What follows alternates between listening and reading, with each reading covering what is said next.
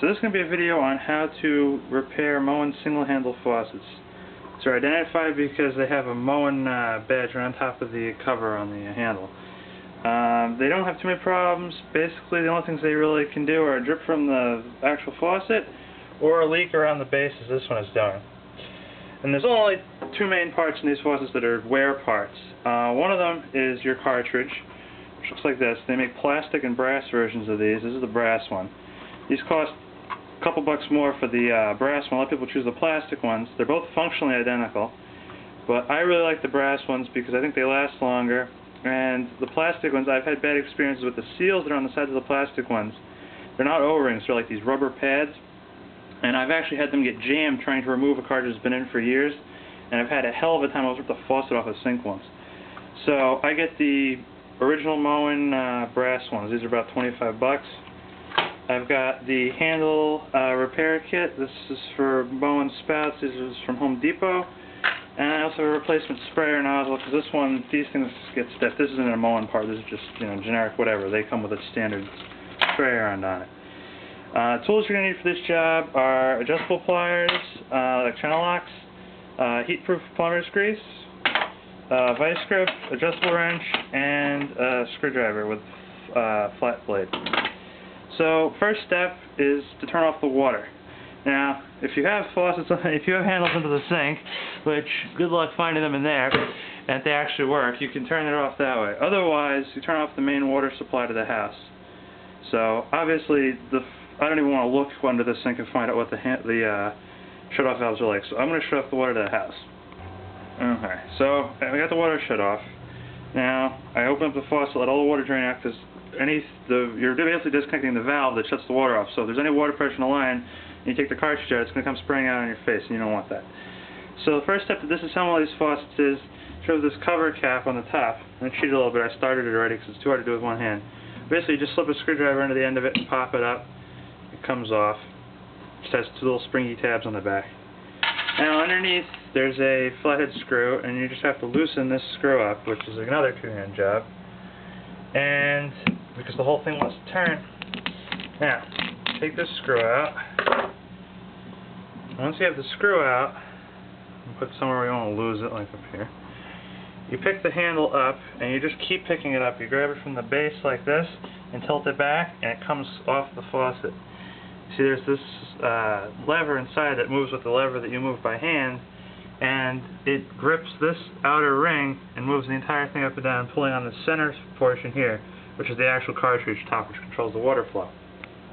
Alright, so now the next step is to remove the spout from the faucet, and to do that you need to loosen the locking nut that's up on top. There's a paper towel to protect it, channel lock pliers, and we're just going to loosen that up.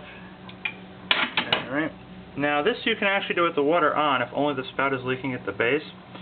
What you basically need to worry about is removing the clip that holds the cartridge on, which is, as soon as I get this off, you'll see there's a clip here.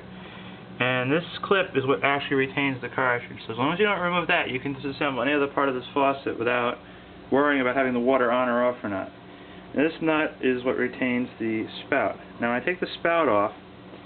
A lot of water that's in the spout, because it goes uphill here, is going to come out at the base. So make sure you wrap a paper towel around here so you don't flood the kitchen. And then you just grab the spout and pull up, wiggle and pull up. And you can see I absorbed some water here. And now we have the spout off. So this is the actual guts of the faucet here.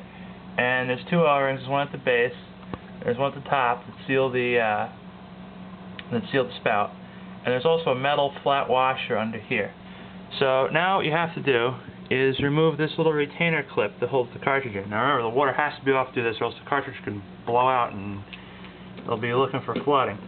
So you take a flat blade screwdriver, a little notch here, hard to see, and you pull it, and the retainer clip will just come right out.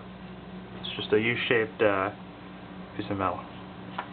So next thing to do is to actually break the cartridge free of the faucet and remove it.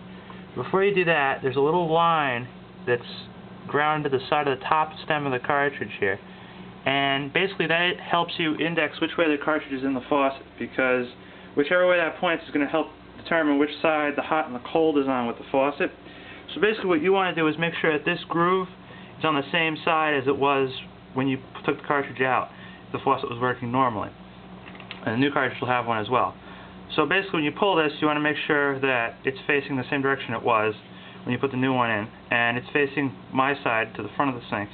So we'll just have to put it back that way. Now Moen gives you a little tool with the cartridge, that white thing on top, and that's what you're going to use to break it free of being stuck in here forever, so we can actually pull it out. Alright, so I got the cartridge box open, I got the tool out and put it in the adjustable wrench. It's just plastic, so you don't really want to use the plug because it eats up these plastic tools they give you, which are really just adequate. If you look at the directions, these jokers actually think that you're going to be able just to twist it with this and then pull it out with your fingers, and good luck with that. So the tool has these notches on it that line up with the tabs on the cartridge, and you just slip it down over it. There's a procedure best done with two hands. You got to press down on here and wiggle the wrench, and you really want to press down because if this slides up, this plastic is very soft and it'll take a lot of abuse, more than you'd think it will. And you have to apply a scary amount of force to these a lot of times to get them to actually start to turn around. You basically want to wiggle it back and forth, and you'll get it moving, and then hopefully be able to pull it out. So I'm going to do that with two hands, and then we'll see how pulling it out.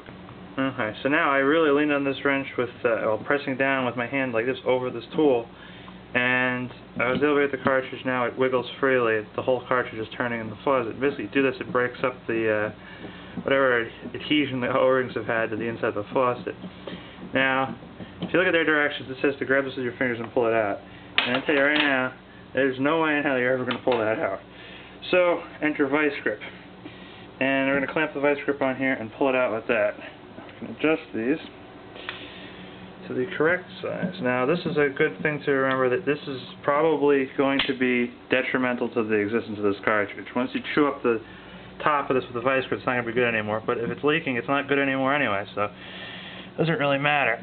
Now, once you make sure you get the vice grips really tight, because you don't want your arms to fly up and punch yourself in the face while you're trying to do this. So I'm going to slip this on here. There we go. So now I got the vice grip on the cartridge, and I'm going to pull up on it. And there we go. Cartridge is out. That was easy. This is a plastic one, and you can see in comparison to the new brass one over here, the difference is they look really different, but actually they're completely functionally identical. These are the rubber pads I was talking about on the sides, and these can actually, sometimes they get stuck to the inside of this faucet more than they're stuck to the outside of this cartridge assembly, and they tend to peel off and then jam. And I've had this happen once or twice, and this is why I don't like these plastic cartridges any longer. So obviously one of the best defenses you have against this is lubricating it so it comes out again, and that's where the grease comes in. So I'm going to lube up the new cartridge with the plumbing grease, and we're going to stick it back in there once I wipe this whole assembly down. Alright, so now I got a new cartridge here. It's all covered with plenty of high temp plumber's grease all over. Don't worry about getting in the ports, the water pressure will just blow it out. So now I look for that little groove that's machined into the top of it, and it's facing me now. Now, for some reason your faucet, the hot and cold were reversed previously. Just put this in with the notch facing the other way than it was, and it'll be the correct way now. So we're going to slip the cartridge into the faucet now. Just go carefully and slowly, and make sure that the outer tabs are aligned with the grooves here, and the open spaces are aligned with the tabs that are on the base of the faucet. Don't worry so much about the angle of this.